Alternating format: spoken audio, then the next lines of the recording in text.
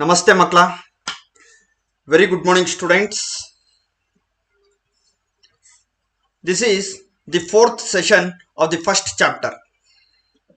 Before entering into this chapter, let us recollect what we had discussed in the previous class. We were talking about how the role of entrepreneurship is going to help in the economic development of the country. We talked about how the entrepreneurship is going to help in economic activity and prosperity, job creation, reducing the regional imbalance, innovation, increase in productivity, backward and forward linkages, etc. Friends, moving further, today we are going to discuss what are the factors that influence for development of entrepreneurship. ಮಕ್ಕಳ ಇವತ್ತು ನಾವು ಈ ಒಂದು session ಅಲ್ಲಿ ಯಾವೆಲ್ಲ factors ಆಂಟ್ರಪ್ರೆನ್ಯೂರ್ಶಿಪ್ ಡೆವಲಪ್ಮೆಂಟ್ಗೆ ಪೂರಕವಾಗಿದೆ ಅನ್ನೋದ್ರ ಬಗ್ಗೆ ನಾವು ಈಗ ತಿಳ್ಕೊಳ್ಳೋಣ.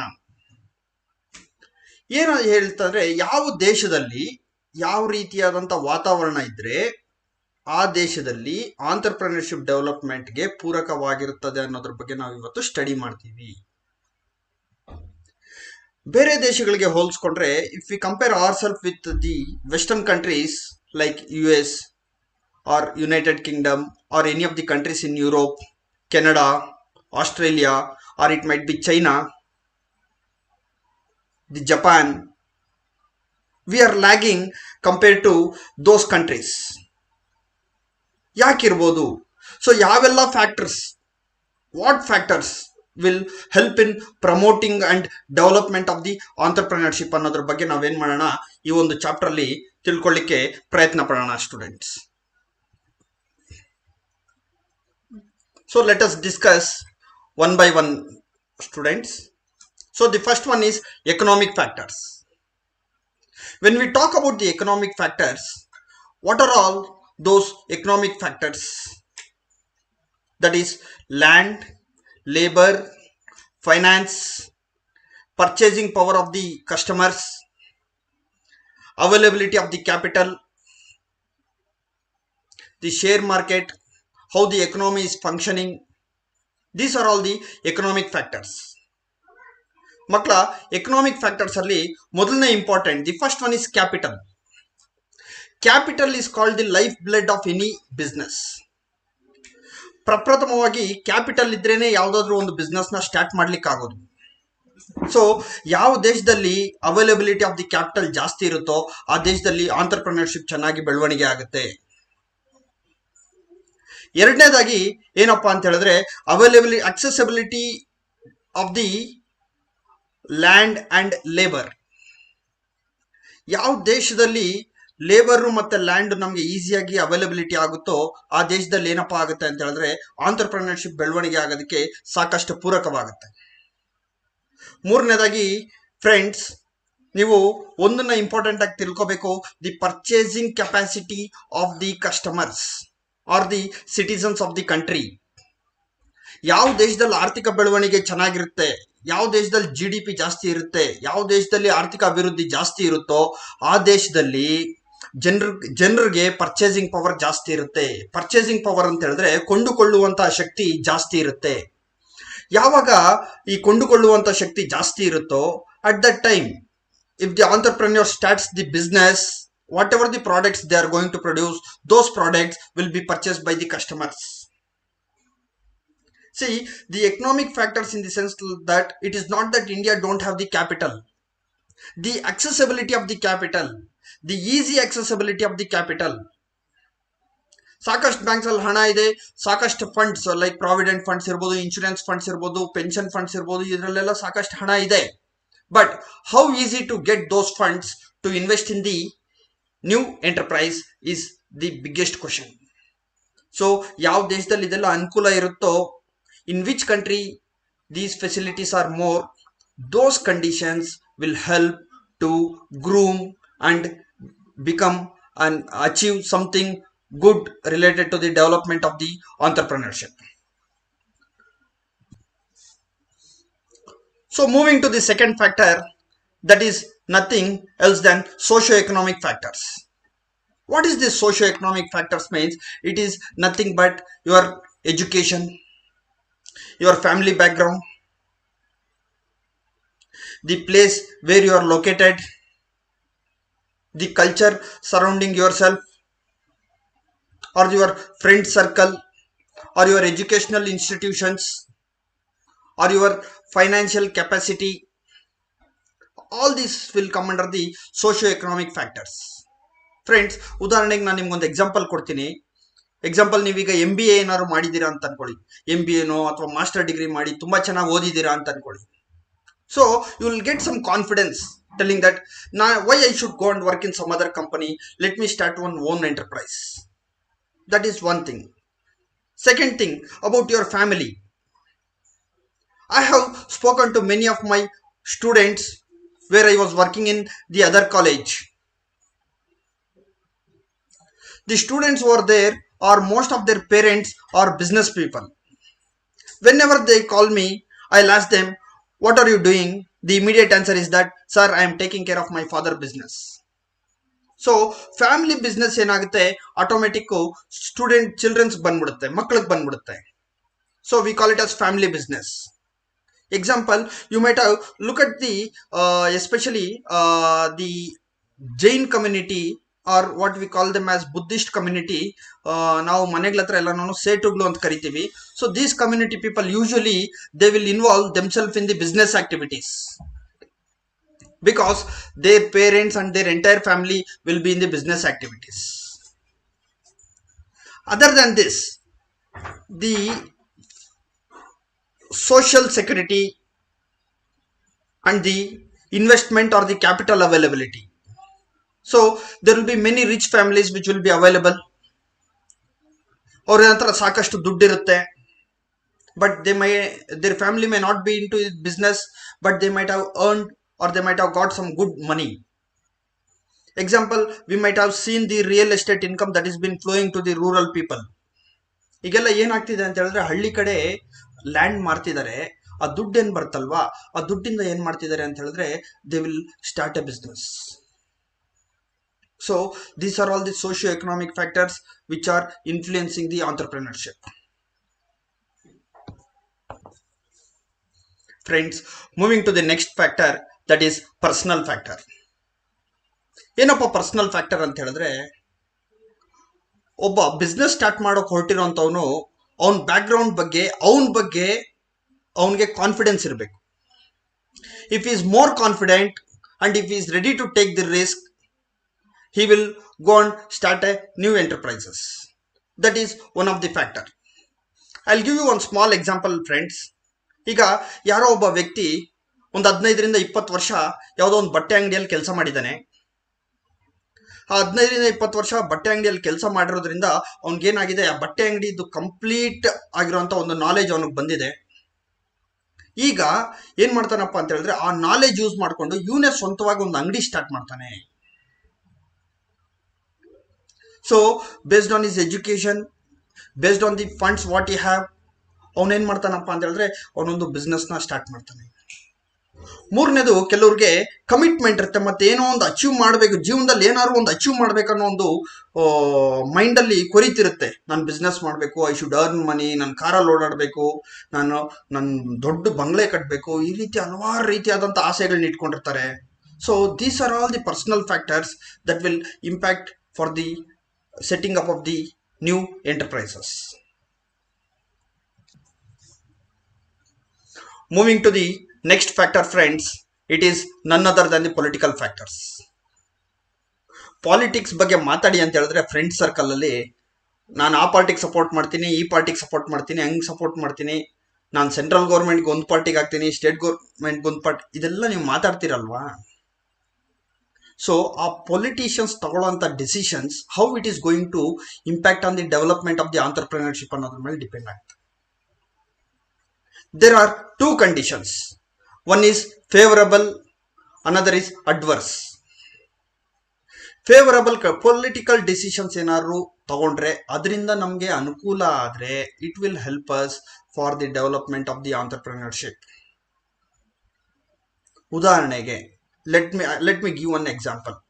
I will take the example of the silk. ನಾನು ಯಾಕೆ ಸಿಲ್ಕ್ ಎಕ್ಸಾಂಪಲ್ ತಗೊಳ್ತಿದ್ದೀನಿ ಅಂತ ಹೇಳಿದ್ರೆ, ಕೋಲಾರ, ಚಿಕ್ಕಬಳ್ಳಾಪುರ ಈ ಡಿಸ್ಟ್ರಿಕ್ಟ್ ಮತ್ತೆ ಬೆಂಗಳೂರು ಗ್ರಾಮಾಂತರದಲ್ಲಿ ಈ ಸಿಲ್ಕ್ ಆಂಟರ್ಪ್ರಿನರ್ಸ್ ಜಾಸ್ತಿ ಜನ ಇದ್ದಾರೆ. ಅದಕ್ಕೋಸ್ಕರ ನಾನು ಈ ಒಂದು ಎಕ್ಸಾಂಪಲ್ ತಗೊಳ್ತಿದ್ದೀನಿ. Let us assume that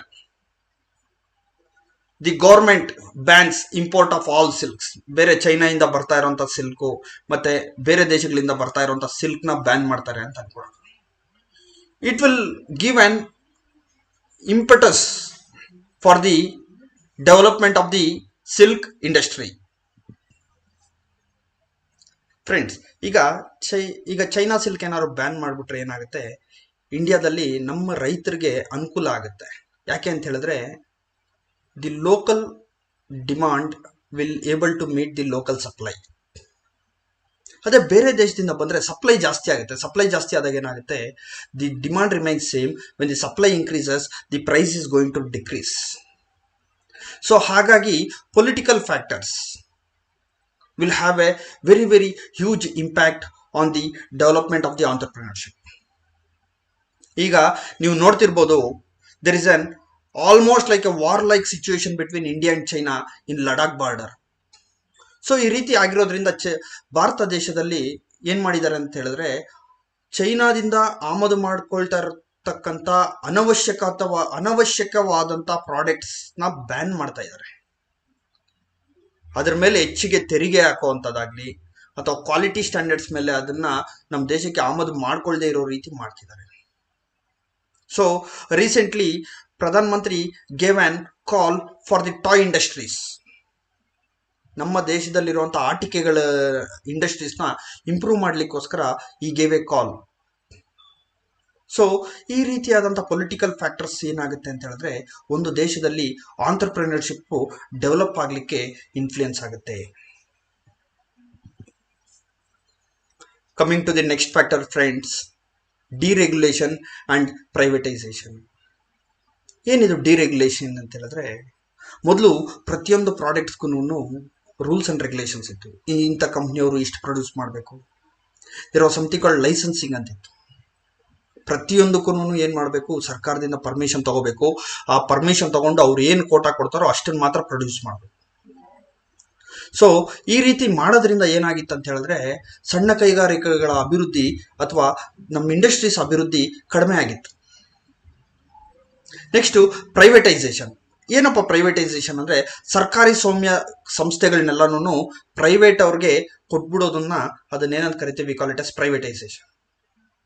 that is reducing the stake of the government in the government companies by selling it to the private people. So ಈ ರೀತಿ ಮಾಡೋದ್ರಿಂದ ಏನಾಗುತ್ತೆ ಅಂತ ಹೇಳಿದ್ರೆ, it will create an competitive environment. ಈ liberalization, privatization, globalization ಆದಾಗಿಂದ the market has opened. Earlier it was only India or only the local, but now it is entire globe. The goods that is produced in a small village is being exported to the different parts of the world. So ಈ ರೀತಿ liberalisation, privatization, globalisation ಮಾಡೋದ್ರಿಂದ ಏನಾಗಿದೆ ಅಂತ ಹೇಳಿದ್ರೆ, entrepreneurship develop ಆಗಲಿಕ್ಕೆ ಸಹಕಾರಿಯಾಗಿದೆ.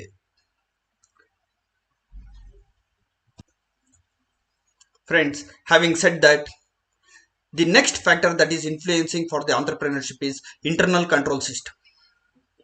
What is this internal control system ಅಂತ ಹೇಳಿದ್ರೆ, ಒಂದು ಸಂಸ್ಥೆ ಒಳಗಡೆ ಯಾವ ರೀತಿಯಾಗಿ ಕಂಟ್ರೋಲ್ ಮಾಡಿಕೊಂಡು ಅದು ಬಿಸ್ನೆಸ್ ಮಾಡ್ತಾರೆ ಅನ್ನೋದನ್ನ ನಾವೇನಂತ ಕರಿತೀವಿ, ಇಂಟರ್ನಲ್ ಕಂಟ್ರೋಲ್ ಸಿಸ್ಟಮ್ ಅಂತ ಹೇಳ್ಬಿಟ್ಟು ಕರಿತೀವಿ.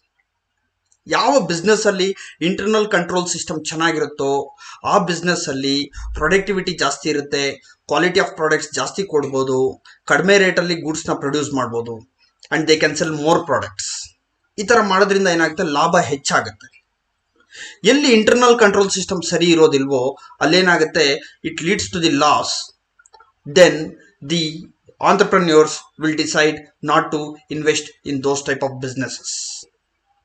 So internal control system also plays an important factor in influencing the entrepreneurship.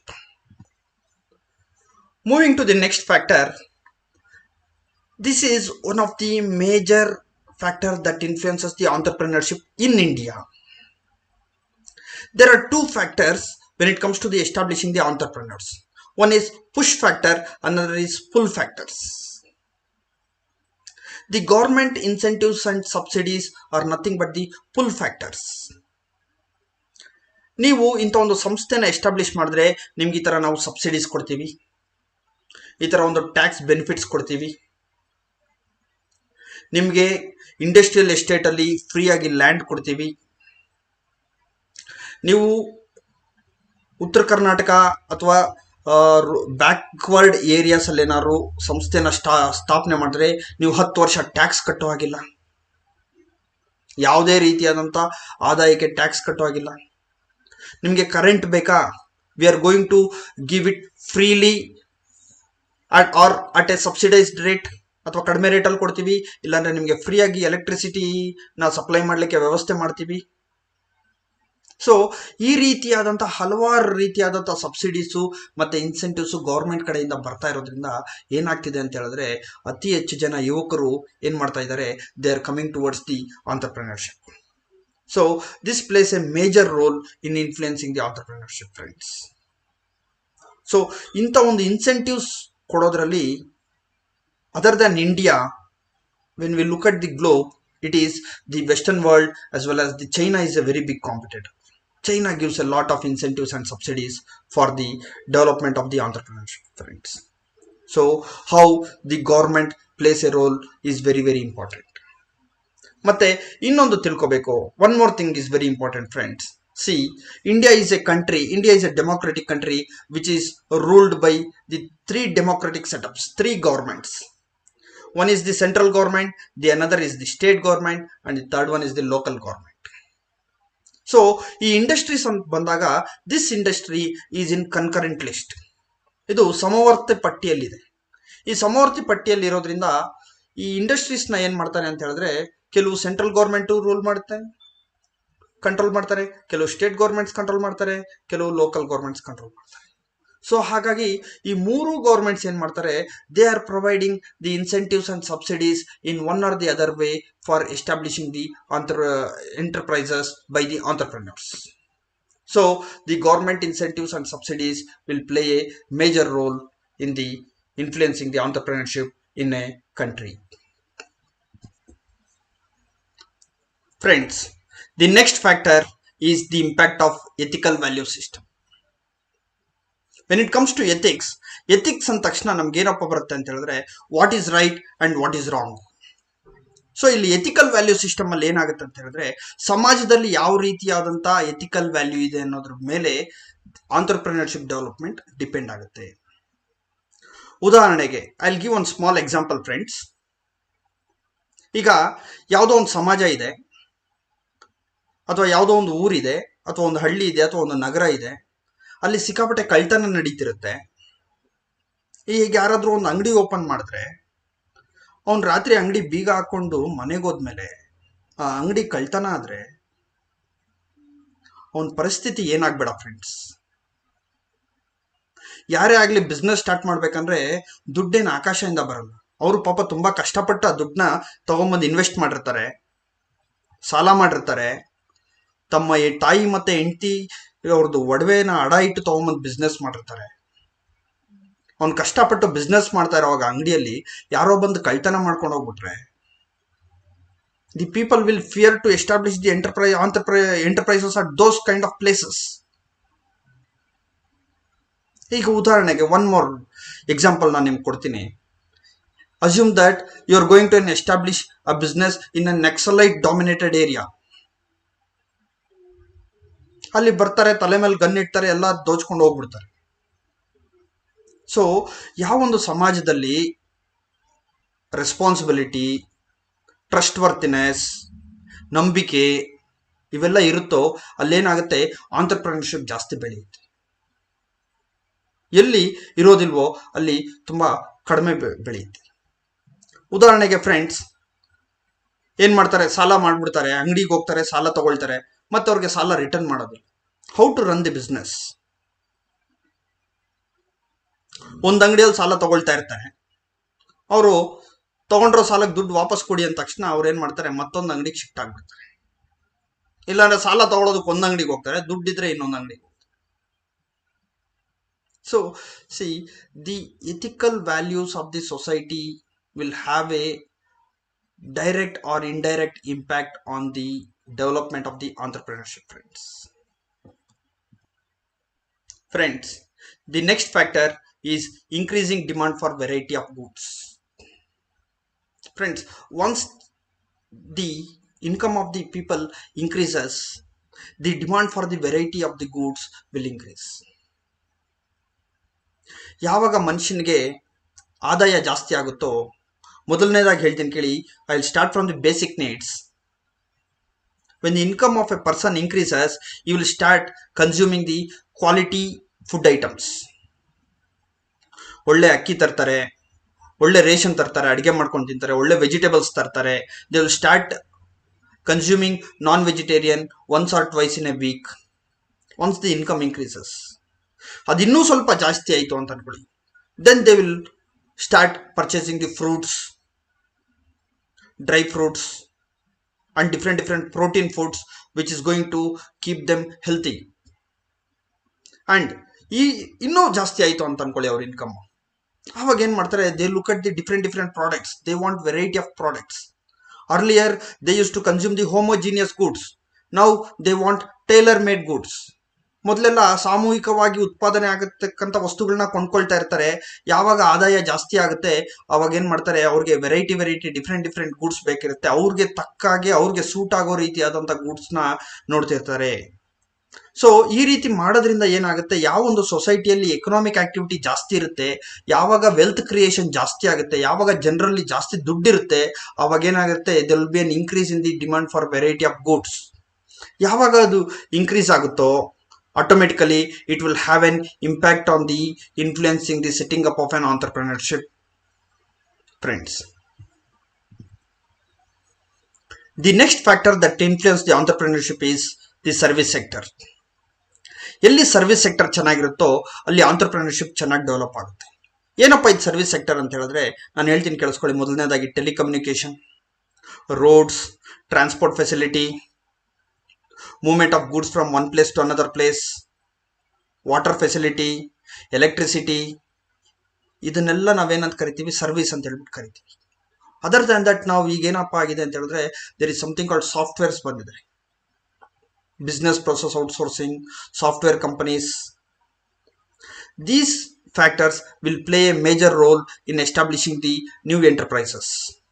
ಎಲ್ಲಿ ಸರ್ವಿಸ್ ಸೆಕ್ಟರ್ ಚೆನ್ನಾಗಿರುತ್ತೋ, ಎಲ್ಲಿ ಟ್ರಾನ್ಸ್ಪೋರ್ಟೇಷನ್ ಚೆನ್ನಾಗಿರುತ್ತೋ, ಎಲ್ಲಿ ಟೆಲಿಕಮ್ಯುನಿಕೇಶನ್ ಫೆಸಿಲಿಟೀಸ್ ಚೆನ್ನಾಗಿರುತ್ತೋ, ಎಲ್ಲಿ ಹೌಸಿಂಗ್ ಫೆಸಿಲಿಟೀಸ್ ಚೆನ್ನಾಗಿರುತ್ತೋ, ಎಲ್ಲಿ ಎಜುಕೇಶನ್ ಚೆನ್ನಾಗಿರುತ್ತೋ. Education is very very important. ಯಾಕಂದ್ರೆ education is a service sector. ಆ ಇಂಡಸ್ಟ್ರಿಗೆ ಬೇಕಾಗಿರುವಂಥ ಕ್ವಾಲಿಟಿ ಎಜುಕೇಟೆಡ್ ಪೀಪಲ್ ವಿತ್ ಸ್ಕಿಲ್ನ ಪ್ರೊವೈಡ್ ಮಾಡುವಂಥದ್ದು ಎಜುಕೇಶನ್ ಸೆಕ್ಟರ್. ಸೊ ಹಾಗಾಗಿ ಈ ಸರ್ವಿಸ್ ಸೆಕ್ಟರ್ ಎಲ್ಲಿ ಚೆನ್ನಾಗಿ ಪರ್ಫಾರ್ಮ್ ಮಾಡ್ತಿರುತ್ತೋ ಅಲ್ಲೇನಾಗುತ್ತೆ, automatically it will have an influence on the entrepreneurship development, friends. The next factor is work environment. ಈಗ ಯಾವುದೋ ಒಂದು ವರ್ಕ್ ಎನ್ವೈರನ್ಮೆಂಟ್ ಅಂತ ಹೇಳಿದ್ರೆ, ಒಬ್ಬ ವ್ಯಕ್ತಿ ಒಂದು ಕಂಪ್ನಿಯಲ್ಲಿ ಕೆಲಸ ಮಾಡ್ತಿರ್ತಾನಲ್ವಾ, ಅಲ್ಲಿ ಸುತ್ತಮುತ್ತ ಇರತಕ್ಕಂಥ ಪರಿಸರ, ಅವನು ಒಳಗಾಗ್ತಾ ಇರತಕ್ಕಂಥ ಸಿಚುವೇಶನ್ ನಾವೇನಂತ ಕರಿತೀವಿ, ವರ್ಕ್ ಎನ್ವೈರನ್ಮೆಂಟ್ ಅಂತ ಹೇಳ್ಬಿಟ್ಟು ಕರಿತೀವಿ. If he is not satisfied with the work environment, the employee will quit the job, he will come out and he will start his own enterprise.